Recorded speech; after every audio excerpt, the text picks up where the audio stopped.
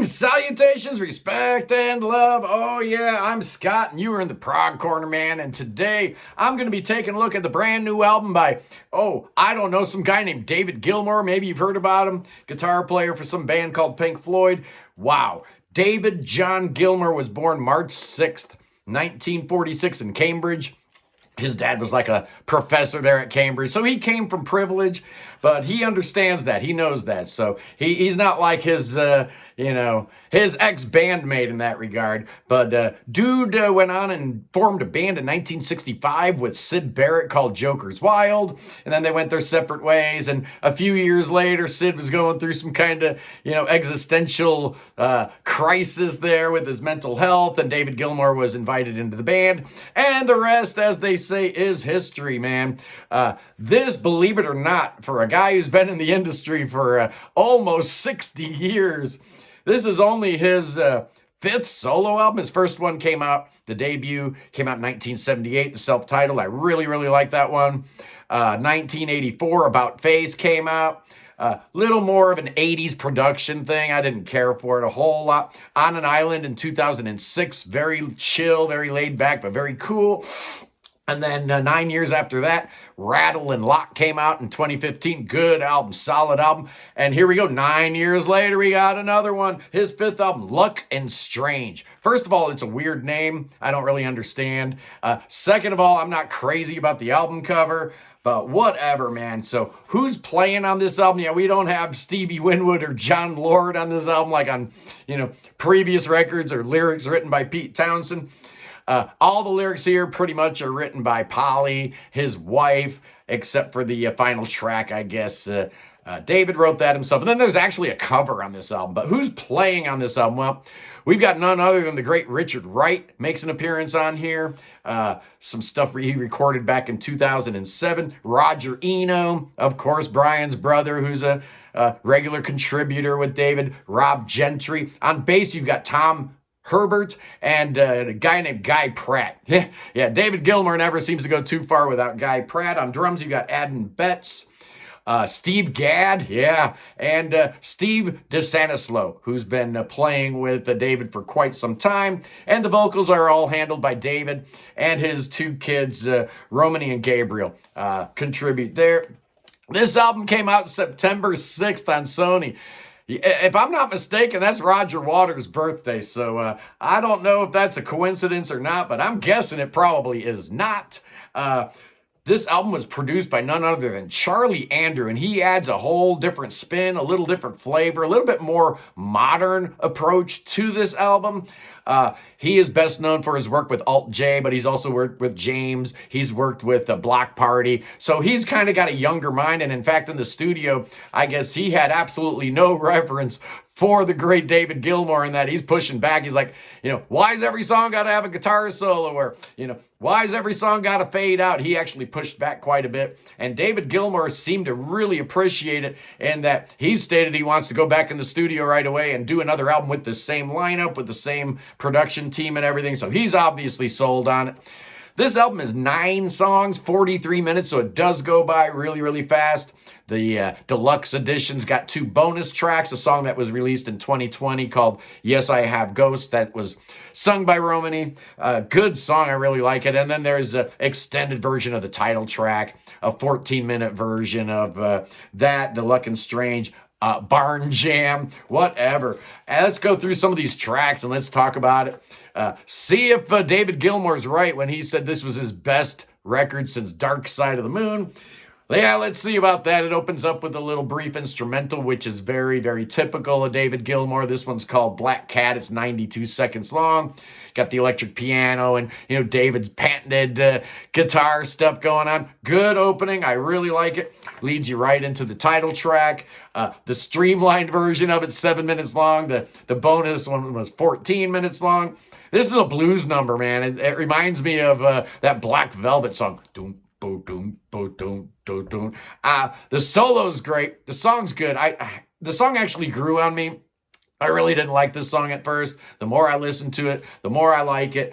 Next up is a song that was released as a single already. It's called The Piper's Call. Yet another callback to Pink Floyd's glorious history for sure. Starts out slow with a little acoustic intro. You hear the ukulele in the background strumming. Apparently this song was written on the ukulele, so that's really cool. Fantastic. I love the melody. I love the slow burn nature of this. Fantastic slide guitar at the end of the song. Next up is a song called A Single Spark. And some reviews were saying, yeah, there's not one single spark on this song. I disagree, man. I like this song. It's really mellow. It's really chill. Like a lot of this album has got that mid-tempo, real chill kind of feel to it.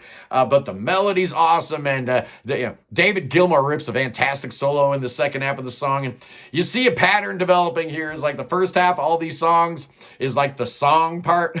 And then the second half is the David Gilmour soloing part.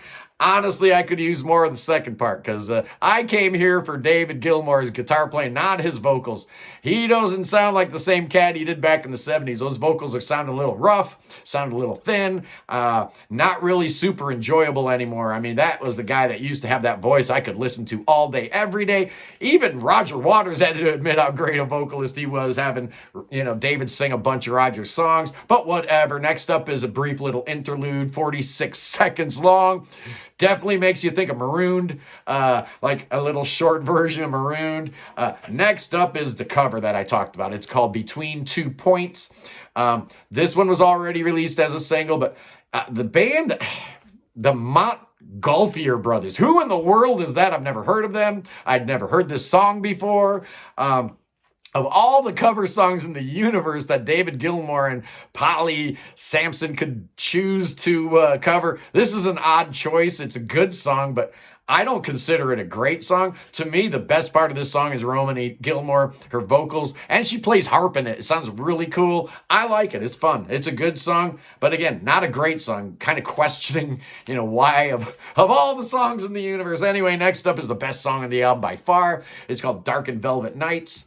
Just a hair under 5 minutes. And this one's actually got a little bit of something going on. We've been so chill and relaxed here that it's nice to hear a little bit of rock here, right, man? It's a little funky. I dig this track a lot. The more I listen to it, the more I like it. I liked it the first time I heard it, but now I'm on 10 or 12 spins and I dig it. It's awesome. Next up is a song that I'm not crazy about. It's called Sings. It's 5 minutes long. It's very, very mellow. So you get that front part of the song down like all the rest of the tracks on this album. But where's the solo at the end? I guess this is the one where the producer talked David into not putting a solo in it. It definitely could have used it. That's for sure. The album closes with the longest song on the album. It's called Scattered. And I guess David Gilmour wrote the lyrics to this. Polly took the day off. Starts out like piano and orchestration. Actually, it kind of makes me think of Echoes a little bit. The keyboard sounds here. Somewhere in there buried, you get that Dark Side of the Moon heartbeat going on. I really like this track. Maybe it goes on a tad bit too long. Maybe it ends with a whimper, and maybe I'd prefer that it end with a bang, but it's a good track. And it does kind of, make sense the way this whole album flows, that you've got kind of... a low-key ending to it. Now, the two bonus tracks I talked about, the first one is called Yes, I Have Ghosts. That one is sung by Romany, and it's a really good song. I love it. I remember when it came out in 2020, got me really excited about the future of David Gilmour and his music, and then the second track is just the extended version of the title track. The only real reason to listen to that one is just to get as much Richard Wright in you as you possibly can. So, Gilmour said that this was the best thing he recorded since Dark Side of the Moon.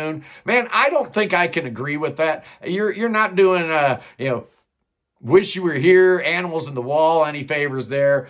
So I kind of disagree with that one, but it is a solid record. I do think it might be my favorite solo album, although I do like that debut a whole bunch. So it's right up there. It's better than the last couple. I really do believe it's got a real nice flow to it. The guitar solos are amazingly great. The production is great. I love him bringing in his family members, the Von Trapp family, if you will. It's awesome. But my score here, what's my score going to be here? Well, it's good, but it's not great. You know, I'm not going to say this is a great album. It's not as good as Animals. It's not as good as Wish You Were Here. Come on, man. And I don't think it's as good as the debut. I do like it better than About Face or On an Island or Rattle That Lock. But I'm going to give this puppy 7.5 out of 10. I like it quite a bit. The question is, how much will I be reaching for this in the future? Only time will tell, but, you know, with David Gilmour, nothing's automatic. You know, Pink Floyd music in general takes a little bit of time to digest and get used to. This is no different at all. It gets better and better with each listen. Anyway, boys and girls, I love you guys. Peace in the Middle East. Free the Tibet. Free the Ukraine. Free the Willie. Free everybody. And God save that king. That cotton picker could use some saving right now. Bring that boy to America. Bring him to America where we got them good doctors. Oh, yeah, we got them good pastorings going on too. Oh, we're going to take care of that boy with spells and incantations. Our prayer warriors are working 24/7. We're going to drink some poison. And then you know what we're going to do? Hey, Billy Bob, bust out them snakes. Oh, we're going to dance with snakes. Oh, no, here they come. Oh, they look really hungry. Oh, there's a big one. Oh, he's got a good bite to him. Oh, but nothing's going to stop him. Oh, you know what's going to stop him? The power of the Lord. Oh, beat you back, Satan. Get behind me. I love you guys. I'll see you tomorrow. Peace.